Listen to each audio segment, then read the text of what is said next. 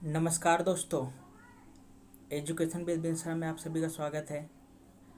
I think आप लोग अच्छे होंगे।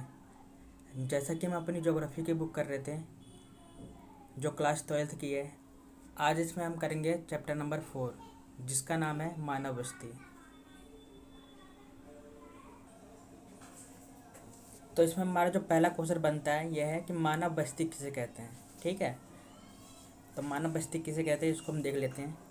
किसी भी आकार और प्रकार के घरों का समूह जिसमें मनुष्य रहते हैं उसे मानव बस्ती कहते हैं। ठीक है, सिंपल सी बात है। किसी भी आकार का हो, इसमें कोई आकार वगैरह निश्चित नहीं हो, चाहे छोटा हो बड़ा हो कैसा भी हो, उसमें क्या होता है मनुष्य, यानी कि जिसमें लोग रहते हैं उसी को हम क्या कहते हैं, मानव बस्ती कहते हैं। सिंपल सी बात है, ज़्यादा याद नहीं करना आपको। किसी भी आकार या प्रकार का घरों का जो समूह होता है उसको हम मानव बस्ती कहते हैं। अगला क्वेश्चन है हमारा, जनसंख्या आकार के आधार पर नगरों का वर्गीकरण कीजिए। ठीक है, जो भारत में जो जनसंख्या है उसके आधार पर जो नगर है हमारे किस प्रकार से वर्गीकृत यानी किस प्रकार से बांटे गए हैं उसको हम पढ़ते हैं। ठीक है, तो सबसे पहले हम वर्ग देखेंगे। तो वर्ग की हम बात करें तो 6 वर्ग है। जो हमारे जिसका नाम भारत में नगरों का जो वर्गीकरण हुआ है वो 6 वर्ग है। ठीक है, और सेकंड में हम देखेंगे जनसंख्या का आकार कि कितनी जनसंख्या रहती है उन नगरों में। और तीसरी में हम देखेंगे जनसंख्या और शहरों की संख्या। ठीक, कितने शहर हैं। और प्रतिशत लास्ट में हम देखेंगे प्रतिशत। ठीक है, परसेंटेज। तो सबसे पहले पहला वर्ग हम देखेंगे तो उसमें क्या है, 1 लाख से अधिक लोग रहते हैं। ठीक है, अगर शहरों की संख्या की हम बात करें तो क्या है, 468 है। जो शहरों की संख्या है वो 468 है। और प्रतिशत की बात करें तो है 60.45%। ठीक है, अगला हमारा सेकंड वर्ग, इसमें क्या है, 50,000 से 99,000 तक है। ठीक, इसमें कितने लोग रहते हैं, 50,000 से 99,000 तक। और जो शहरों की संख्या ये है 474 है। और प्रतिशत की बात करें तो ये हमारा है 10.96%। ठीक है, अगर हम तीसरे वर्ग की बात करें तो वह है 20,000 से 49,000 तक। ठीक है, जो जनसंख्या का आकार है कितना है, 20,000 से 49,000 है। और शहरों की संख्या है 1373। ठीक है, 1373 है। और प्रतिशत की हम बात करें तो 15.43% है। अगर चौथे वर्ग की हम बात करें तो वो है 10,000 से लेके 19,000 तक। ठीक, और इसमें जो शहरों की संख्या है वो है 1683 है, यानी 1683 है। और प्रतिशत की बात करें तो वो है 8.45%। और पाँचों वर्ग में जो आता है हमारा वो 5,000 से लेके 9,000 तक है। ठीक है, 9,999 तक है। और शहरों की संख्या हम बात करें तो 1749 है। और इसमें जो प्रतिशत है वो 4.21% है। अगला हमारा है छठा वर्ग, उसमें क्या है, 5,000 से कम है। इसमें क्या है, 5,000 से कम लोग रहते हैं। और जो शहरों की संख्या है वो 424 है। और इसमें जो प्रतिशत की हम बात करें तो वो है 0.51%। ठीक है, ये जो जनसंख्या का आकार है पेपर में आता है, इसलिए तो आप इसको याद कर लेना। ठीक है दोस्तों, आगे देखते हैं। भारत की जनगणना नगरों को 6 वर्गों में वर्गीकृत करती है जैसा कि तालिका में दिखाया गया है। ठीक है, जैसा कि हमने ऊपर पढ़ लिया है कि जनसंख्या का जो आकार है वो भारत में 6 वर्गों में वर्गीकृत किया जाता है। इतना आपको समझ में आया। आगे देखते हैं क्या है। तो इसमें आगे क्वेश्चन हमारा जो बनता है वो है,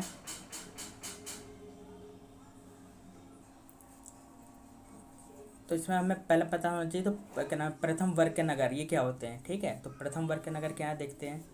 1 लाख से अधिक नगरीय जनसंख्या वाले नगर या केंद्र को नगर अथवा प्रथम वर्ग का नगर कहते हैं। ठीक है, जिस जगह पे 1 लाख से अधिक लोग रहते हैं उसको क्या कहते हैं हम, केंद्र, नगर केंद्र कहते हैं, या नगर या प्रथम वर्ग का नगर कहते हैं। ठीक है, इसके 2-3 नाम है, आप देख सकते हैं। नगर केंद्र या नगर अथवा प्रथम वर्ग के नगर कहा जाता है। ठीक है, जहाँ पर 1 लाख से अधिक लोग रहते हैं। सेकंड हमारा है महानगर। ठीक है, महानगर किसे कहते हैं ये देखते हैं। 10 लाख से 50 लाख की जनसंख्या वाले नगरों को महानगर कहते हैं। ठीक है, जैसे इलाहाबाद, कानपुर और लखनऊ आदि। ठीक है, अगर हम बात करें महानगर की तो क्या है, जिसमें 10 लाख से लेके 50 लाख की जनसंख्या रहती है तो उसको ही क्या कहते हैं, हम महानगर कहते हैं। अगर उदाहरण की हम बात करें तो क्या क्या है, इलाहाबाद। ठीक है, जो इलाहाबाद है वहाँ पर है ऐसे लोग रहते हैं जैसे 10 लाख से 50 लाख लोग रहते हैं। कानपुर है, लखनऊ है, और भी हैं, बाकी आप 3 ये याद कर लो एग्जाम्पल के लिए। आगे हम देखते हैं मेगानगर। ठीक है, जो मेगानगर है ये क्या है, इसमें क्या है देखो, 50 लाख से अधिक जनसंख्या वाले नगरों को मेगानगर कहते हैं। ठीक है, अगर उदाहरण की हम बात करें तो मुंबई, दिल्ली और कोलकाता आदि। ठीक, अगर हम मेगा नगर की बात करें तो क्या है, जिसमें 50 लाख से अधिक लोग रहते हैं उसको हम क्या कहते हैं, मेगा नगर कहते हैं। और अगर उदाहरण की हम बात करें तो क्या है, मुंबई है, दिल्ली है, कोलकाता है और भी हैं, ठीक है, आदि का मतलब और भी, ठीक। तो आपको पता चल गया प्रथम वर्ग के नगर क्या होते हैं, महानगर क्या होते हैं और मेगा नगर क्या होते हैं, ठीक है। आगे हम देखते हैं अगला क्वेश्चन हमारा क्या है। अगला जो हमारा क्वेश्चन है, स्मार्ट सिटी मिशन किसे कहते हैं, ठीक है। जो स्मार्ट सिटी मिशन है अभी नया आया, आपको पता होगा, प्रधानमंत्री जी लेकर आए हमारे नरेंद्र मोदी जो है। तो देखो क्या है इसमें, देखते हैं। स्मार्ट सिटी मिशन का उद्देश्य शहरों को बढ़ावा देना है, ठीक है। तो सबसे पहले आपको पता होना चाहिए स्मार्ट सिटी का मतलब क्या है, शहरों को बढ़ावा देना, मतलब नए नए शहर बनाना, विकसित करना, ठीक। तो इसका उद्देश्य है शहरों को बढ़ावा देना, जो आधारभूत सुविधा तथा सतत पर्यावरण और अपने नागरिकों को बेहतर जीवन प्रदान कर सके, ठीक है। इसका क्या नाम है, उद्देश्य क्या है, आधारभूत सुविधा। आधारभूत सुविधा में क्या आता है, जैसे बिजली जल वगैरह जो होते हैं, ये आधारभूत सुविधा में आता है। और सतत पर्यावरण, ठीक है। सतत पर्यावरण का मतलब है कि इस तरह हम अपना विकास करें ताकि कि हमारा जो पर्यावरण है उसको नुकसान ना पहुँचे। और जो नागरिक है, ठीक है, जो इस देश के नागरिक हैं उनको क्या करें, बेहतर जीवन प्रदान कर सके।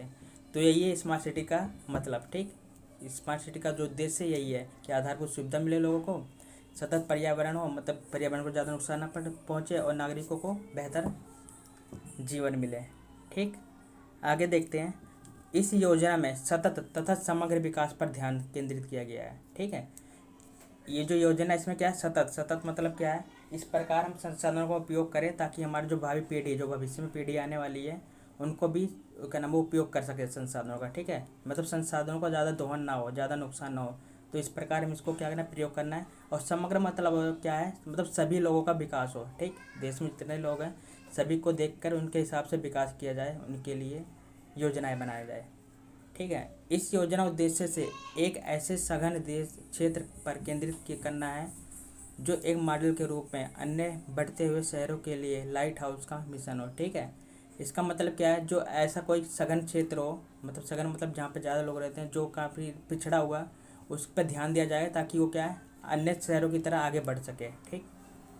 तो इसका क्या नाम है, स्मार्ट सिटी का मतलब यही है कि हम क्या नाम है, शहरों को बढ़ावा दें और क्या नाम है, आधुनिक संसाधनों का प्रयोग कर सकें। आगे देखते हैं हमारा क्वेश्चन क्या है। अगला हमारा है मानव बस्ती के प्रकार, ठीक है। जो मानव बस्ती है तो उसके कितने प्रकार हैं, तो ये देखते हैं। तो इसके हम बात करें तो इसके 2 प्रकार हैं, ठीक है। 2 प्रकार कौन कौन से हैं, तो देखो, एक है ग्रामीण बस्ती और दूसरा है नगरीय बस्ती। ग्रामीण बस्ती मतलब जो ग्रामीण यानी कि जो गाँव में लोग रहते हैं उसको हम बोलते हैं ग्रामीण बस्ती।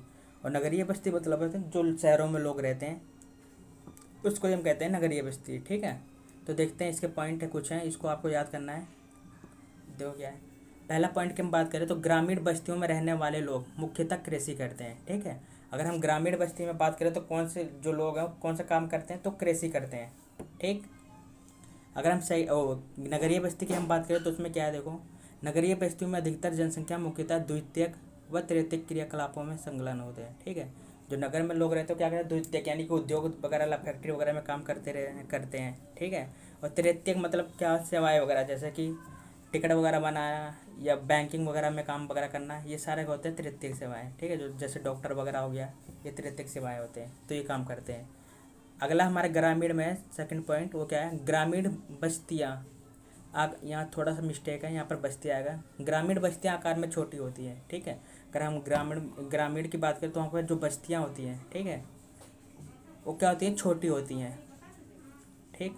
अगर हम नगरीय में बात करें तो नगरीय बस्तियों का आकार में बड़ी होती हैं, ठीक है। जो नगरीय बस्ती होती है क्या होती है, आकार में बड़ी होती है तथा बहुमंजिला इमारतें भी होती हैं, ठीक है। यहाँ की जो इमारतें वगैरह होती है बहुमंजिला होती है, जैसे कि आपको पता है 2 मंजिल का, 3 मंजिल, 4 मंजिल, 10-15 मंजिल का भी होती है। तो यही है, ठीक है, नगरीय बस्ती। अगर ग्रामीण हम थर्ड पॉइंट की बात करें तो क्या है, देखो, ग्रामीण बस्तियों में रहने वाले लोगों में घनिष्ठ संबंध पाया जाता है, ठीक है। जो ग्रामीण बस्ती में लोग रहते हैं वो क्या आपस में मिले जुले होते हैं, एक दूसरे की मदद करते हैं, उनके संबंध जो होते हैं तालमेल अच्छा होता है। लेकिन हम इसमें बात करें नगरीय बस्ती में तो उसमें क्या है, देखो, नगरीय बस्तियों में रहने वाले लोगों के बीच औपचारिक संबंध पाए जाते हैं, ठीक है। औपचारिक संबंध इसलिए पाए जाते हैं कि तो ना यहाँ पर लोग क्या है, इतना लोगों के पास टाइम नहीं होता कि एक दूसरे से ज़्यादा बात वगैरह कर सके, सब अपने काम में व्यस्त होता है। इसलिए यहाँ पर जो होते हैं औपचारिक संबंध पाए जाए, मतलब ज़्यादा आपस में एक दूसरे से मिलते जुलते नहीं है। ठीक, अगर हम चौथे पॉइंट की बात करें ग्रामीण में, तो देखो क्या है, ग्रामीण बस्तियों में परिवहन, शिक्षा, स्वास्थ्य इत्यादि की सुविधाएं उचित प्रकार की नहीं होती। ठीक है, जो ग्रामीण बस्तियों में क्या होती है, परिवहन वगैरह होती है। ठीक है, सड़क वगैरह हो गया, गाड़ी वगैरह हो गया, या शिक्षा वगैरह होता है, स्वास्थ्य वगैरह, ये अच्छी नहीं होती हैं, बाकी काफ़ी कम लेवल भी होती हैं। ठीक है, अगर हम नगरीय बस्ती में बात करें तो नगरीय बस्तियों में आधुनिक सुविधाएं होती हैं। ठीक है, नगरीय बस्ती में क्या होती है, जो सुविधाएं होती है आधुनिक होती है, मतलब ज़्यादा होती हैं। ठीक है, एक तरफ से आधुनिक मतलब नए नए तरीके होते हैं, नए नए तरीक़ों से इस्तेमाल होते हैं। ठीक, आधुनिक होती हैं। तो ये थे हमारे मानव बस्ती के प्रकार, जो कि हमने पढ़ लिया ग्रामीण और नगरीय। आगे देखते क्या क्वेश्चन हमारा।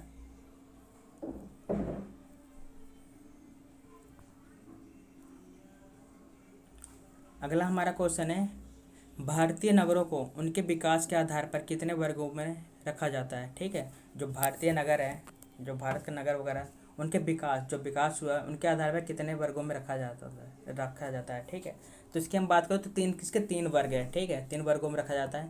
पहला प्राचीन, प्राचीन मतलब जैसे कि आपको पता हो, प्राचीन मतलब पुराना। ठीक, अगला है मध्यकालीन, मध्यकालीन मतलब होता जो पुराना प्राचीन, इससे थोड़ा सा आगे। ठीक, इसमें थोड़ा विकास हो गया था आगे। और आधुनिक मतलब जैसा कि अभी जो है। ठीक, आधुनिक मतलब अभी का। तो ये होता प्राचीन, मध्यकालीन और आधुनिक। तो एक एक करके हम पढ़ते हैं, देखो क्या है। सबसे पहले हम पढ़ेंगे प्राचीन। ठीक है, तो प्राचीन नगर क्या होते हैं, देखो भारत में 2000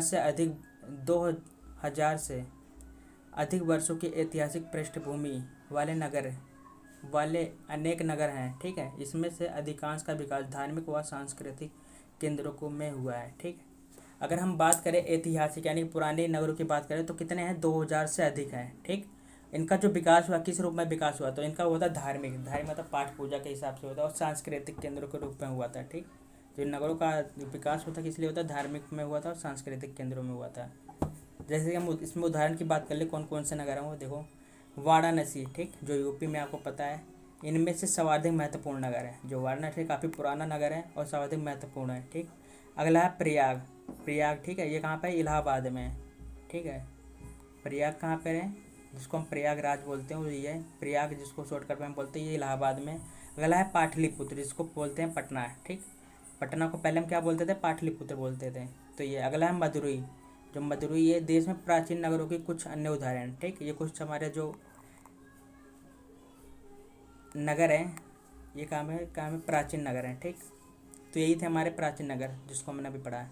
आगे देखते हैं हम मध्यकालीन नगर क्या है। देखो वर्तमान समय के लगभग 100 नगरों का इतिहास मध्यकाल से जुड़ा हुआ है। ठीक, जो वर्तमान के अभी के जो नगर हैं उसमें से जो 100 नगर हैं, 100 नगर है, उससे अधिक नगर जो हैं, थोड़ा सा ज़्यादा मान लें, तो क्या मध्यकाल से जुड़े हुए हैं। ठीक है, इनमें से अधिकांश का विकास रजवाड़ों और राज्यों के मुख्यालय के रूप में हुआ है। जो इनका नगरों का विकास किस प्रकार हुआ था, जो रजवाड़े थे मतलब जो राजा वगैरह थे उस समय, तो उन्होंने किया था, उनके जो मुख्यालय वगैरह होते हैं, राज्य वगैरह होते हैं या राजधानी वगैरह होते हैं, उनके रूप में इनका विकास हुआ था। ठीक है, ये किला नगर है जिनका निर्माण प्राचीन नगरों के खंडों पर हुआ था। ठीक, जो प्राचीन नगर थे उनके जगह पे ही इनका मतलब इसका नाम है निर्माण हुआ था। ठीक, जो ये मध्यकालीन नगर है इनका निर्माण कहाँ पर हुआ था, जो प्राचीन नगर है उन्हीं के जगह पर मतलब उसके खंडरों पर ही हुआ था। ठीक है, अगर ऐसे नगरों की हम बात करें उदाहरण की, तो क्या है, दिल्ली है। ठीक है, दिल्ली जो है ये क्या हमारे मध्यकालीन नगरों में आता है।